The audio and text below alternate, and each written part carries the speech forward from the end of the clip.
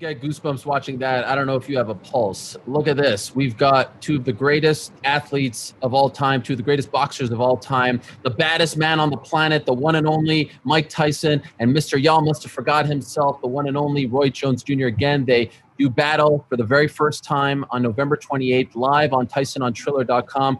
Guys, thank you so much for joining us. This is very exciting stuff and somewhat surreal, if I'm being honest, as a longtime fight fan. Mike, I'll start with you. I think the biggest question that everyone wants to know the answer to is why? Why at 54 years young? Why after you fought over 15 years ago, your last fight? Why are you coming back now? Listen, I just feel magnificent. I've been training. Someone gave me a proposition to come fight. I believe it was Bob Sapp. And at first I said, hey, forget that. I don't want to fight nobody. Then a light bulb went off in my head and said, bing, what kind of rules would he like to fight? And I said, would he box me under Marcus Queensberry? And then they called me, said yes. And then it went from him to someone else, and then from Shannon Briggs to someone else. And now I know I'm sitting here and I'm fighting Roy. And yes, you are fighting Roy, and he's the biggest name of all those names that you just mentioned. Roy, when you were offered this fight against Mike Tyson, what was your initial reaction? I mean, how can you say at a time when we're going through COVID, we got everything that everybody's faced with adversity right now.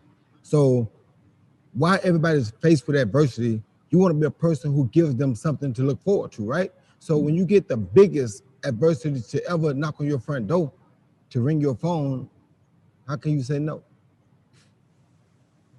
November 28th at the Staples Center, downtown Los Angeles. First up, as far as media questions are concerned, let's go to Gene Wang of Washington Post. Gene, you're up. Yeah. Hey, Mike. So I wanted to ask you about your last fight, which was in Washington. Make sure to subscribe to my YouTube channel, man. It's called Virox. What do you recall from that night? Man. Not so much the fight itself, but kind of the aftermath of that fight as you're leaving the ring, kind of what was going through your mind at that point and your future. I was happy to leave the ring, man. I dread even being in the ring at that time. I was fighting just for financial purposes and stuff.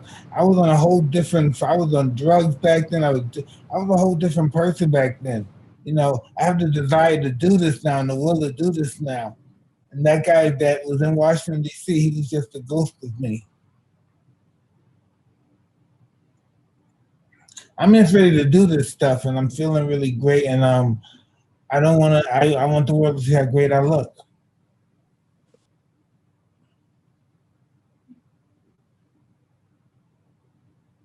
Of Mike training at the plate, some viral footage of Mike that has surfaced, and if so, what do you think of how he looks?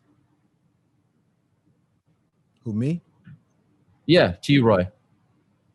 Oh yeah, I think he looked awesome. I mean, he looked very good. I was very Yo, proud can I to see commentate him too, bro? bounce back the way he did, because most guys at 54, they start to count themselves out.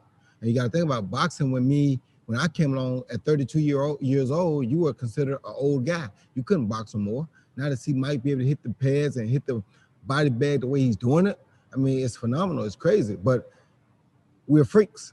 That's why this is such a big thing.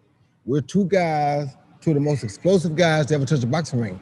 At 54, I would have watched him beat the mitts in the bag more rather than any other young guy right now, because it's so exciting. And at 51, I'm so fast that people are looking at it saying they got to be speeding this up. No, they're not. But when you got two legends like that, how can you not get right? He inspires me just by how hard he's working and how much he's preparing to get back in the ring. And he's 3 years older than me. So if he can do it, why can't I? I know I'm smaller, but it's what it is. Size isn't anything. Exactly. All right, next up, we'll go to Stephen Keating of Reuters. Stephen, you're up.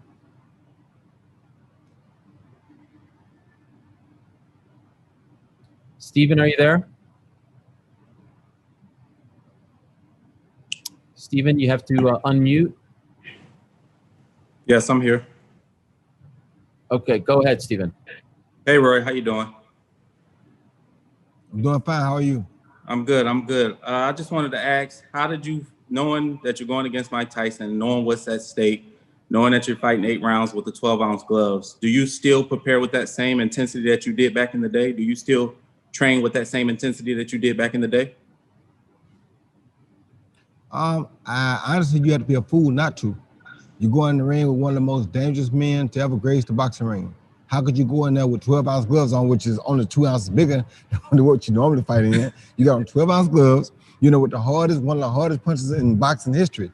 The youngest heavyweight champ of all time. And you're gonna not prepare to your utmost intensity? Are you crazy? It should be even better or higher than your last time or your most intense times were, because this is a bigger situation.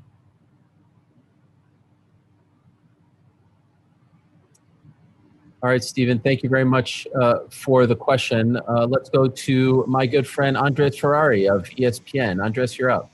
Thanks, Ariel. For both of you guys, how do you train for this fight compared to what's the biggest difference for training for this fight than when you were actively fighting in the sport? And are you doing any sparring before you go in the ring? I'll be first. Yes, I look at films of Roy when he's at his best, because that's the guy that I anticipate fighting. I anticipate fighting him at his best. And I'm in the best of shape. And yes, I'm boxing 7 rounds so far. And it keeps improving. And I'm boxing younger guys and hungry guys. And they're assuring me that from the looks of things, I'm doing very well. So I'm looking really forward to this.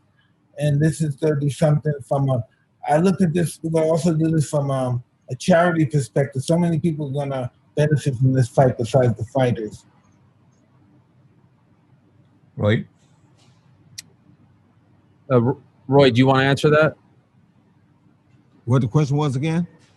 It was just, how are you preparing for the fight? And are you sparring? Well, I prepare like I prepare for any other fight, because it's like you fighting the great Mike Tyson. How can you not be prepared for that?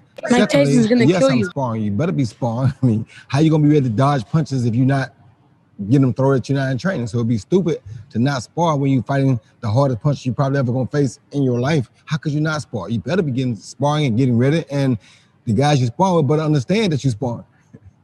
All right, next up, Manuk of the Los Angeles Times. Manuk, you're up. Hi, everyone. Thanks for taking the time with the press conference today. I actually spoke with California State Athletic Commissioner Andy Foster, and he described this fight as a straight exhibition, going to be hard sparring.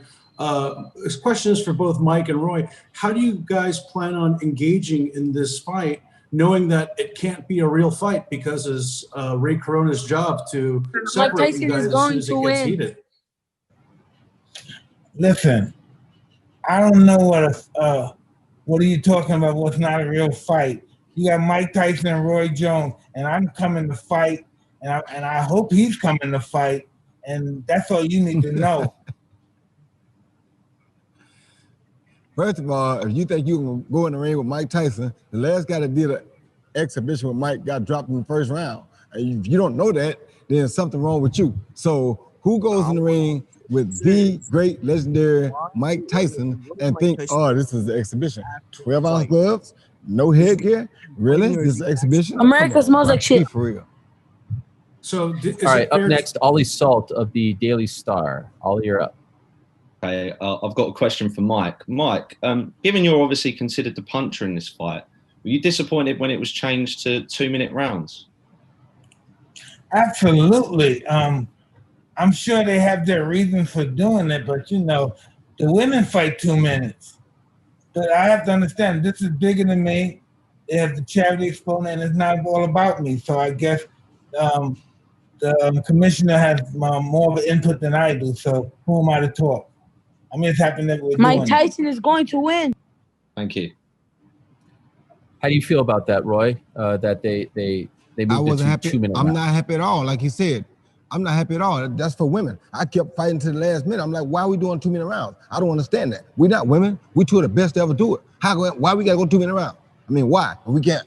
Something what happens is gonna happen anyway. 2 minutes, 3 minutes. Mike Tyson is going to win. So for us, what difference does it make? Why cut it to 2 minutes? 2 minutes doesn't do anything for him nor me, to be honest with you. It cheats the fans out of it, because that's their excitement. That gives us a little more time to get a little bit more fatigue, to set up a little bit better shot than we probably could set up in 2 minutes. So to me, it was all advantageous for everybody to keep it 3 minutes. But like you said, It's supposed to be a exhibition, charity event.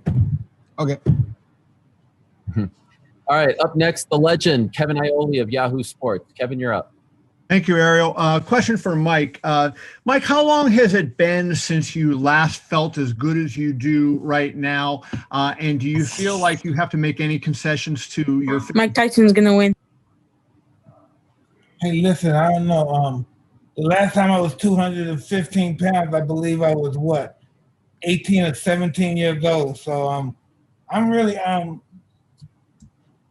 happy with everything that I've been doing. And it's just total confidence and self-affirmation. And man, it's just amazing. I'm just ready to do this stuff. Great. Thank you, Mike. Can't even explain it with words. I'm just ready to do this stuff. Mike, I know you say that, when you get ready for a fight, you go to a different place, a different person starts to come out. Do you feel like that person is starting to come out again?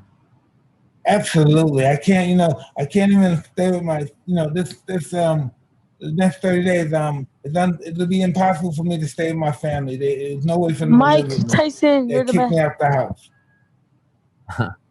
So is this a one-off for you, Mike? Or are you planning on several fights? Is this like the restart of a new chapter? This is an organization. This is for the Legends Leagues only. So this is I'm gonna go as long as the league is working. I'm gonna do this, and I'm gonna help a lot of people. And my legend is gonna be that I gave a lot more than I took.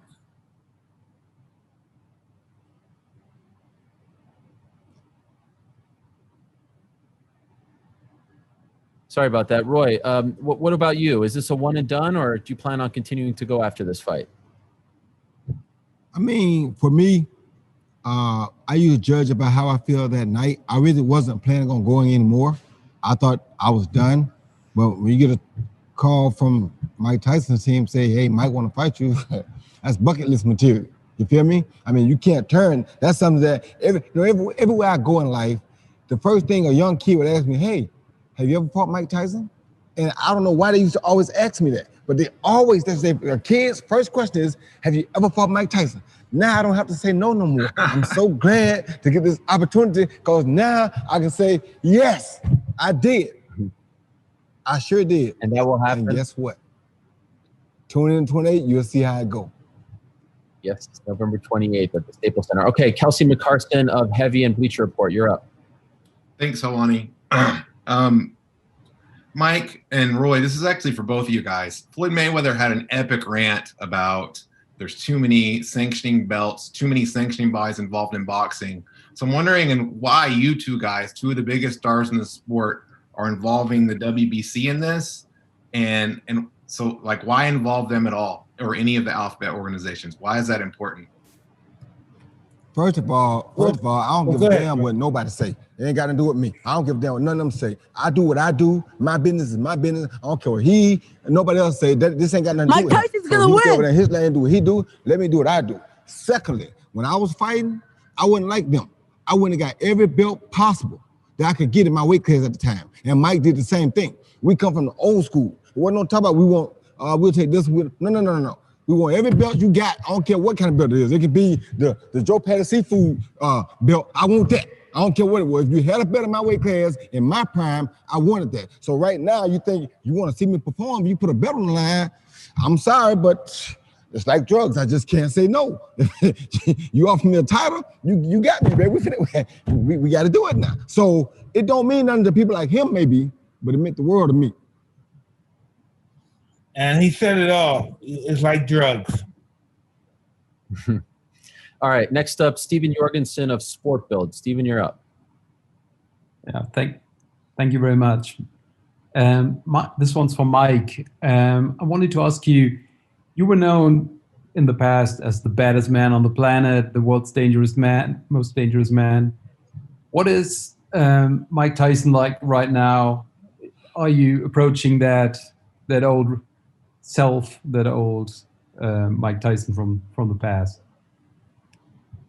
Well, no. Mike Tyson is preparing to meet God eventually. But before he do, he has things that he wants to accomplish. And this exhibition is one of them. Thanks very much. All right, thank you for the question. By the way, Mike, could I ask you, I've seen you work with Rafael Cordero, the great MMA trainer. Will he be your head trainer going into this fight? And why did you pick him? Of all the coaches that you could choose, why did you choose an MMA coach to be your coach? Well, we choose him with my head coach, Billy White, but he's a great trainer. I'm so happy to have him in my corner. The energy that he possesses, it's such a winning idea to have him.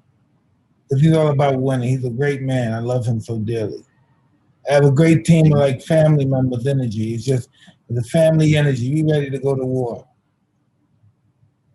All right, next up, Aid of BBC. Aid, you're up.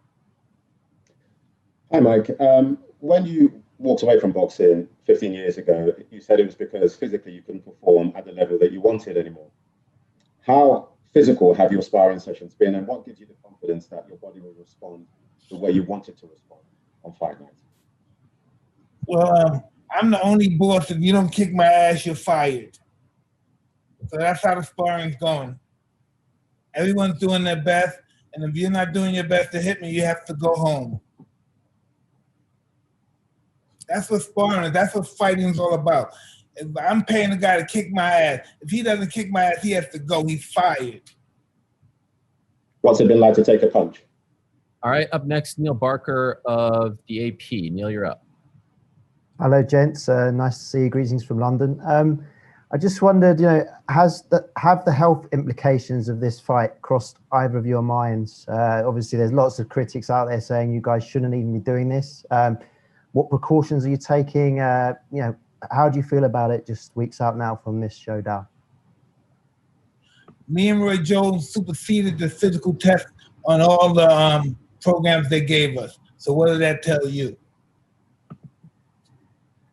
Roy, you want to jump in on that one, or just Mike? What does that tell you? All right, fair enough. Does it bother you? Does it bother? You did it better than Young Boy. Yes, I do want to remind people WBC is sanctioning this fight. Ray Corona is the referee. Yes, it is the 2-minute rounds, but no headgear, 12-ounce gloves to both men and to the WBC. It is considered a real fight, not a fake fight or something of that nature. Does it bother you, Mike, that people are implying that you guys will just do a friendly sparring match, that you're not going to go full steam ahead? Does that annoy you? Well, no one I know think that. No one that supports me believes that. I don't believe they could even fight for that. All right, let's go to Howie of the New York Post. Howie, you're up. Hey guys, how's it going? For Mike and Roy, I'm curious. I mean, regardless of what happens next month, is there a curiosity between you guys? What would happen if you guys fought 20 years ago? Well, we talked about that. I went out to Texas. He was in Texas, Houston at the time, and we talked about it, but it just never materialized. All right, thank you very much to the media. We're actually going to get to one fan question here. Let's go to a young woman named Sarai, who has a little boxing background of her own. Sarai, you're up. Hi, my name is Sarai Brownell.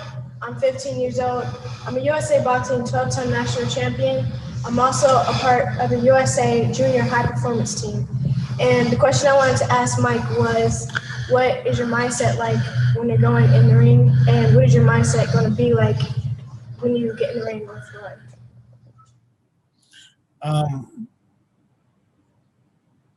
My mindset is totally bliss. This is something I've done all my life since I was 13 years old. I'm more evolved now than I've ever been. My objective is to go in there with the best intentions of my life to disable my opponent. And that's just what it is.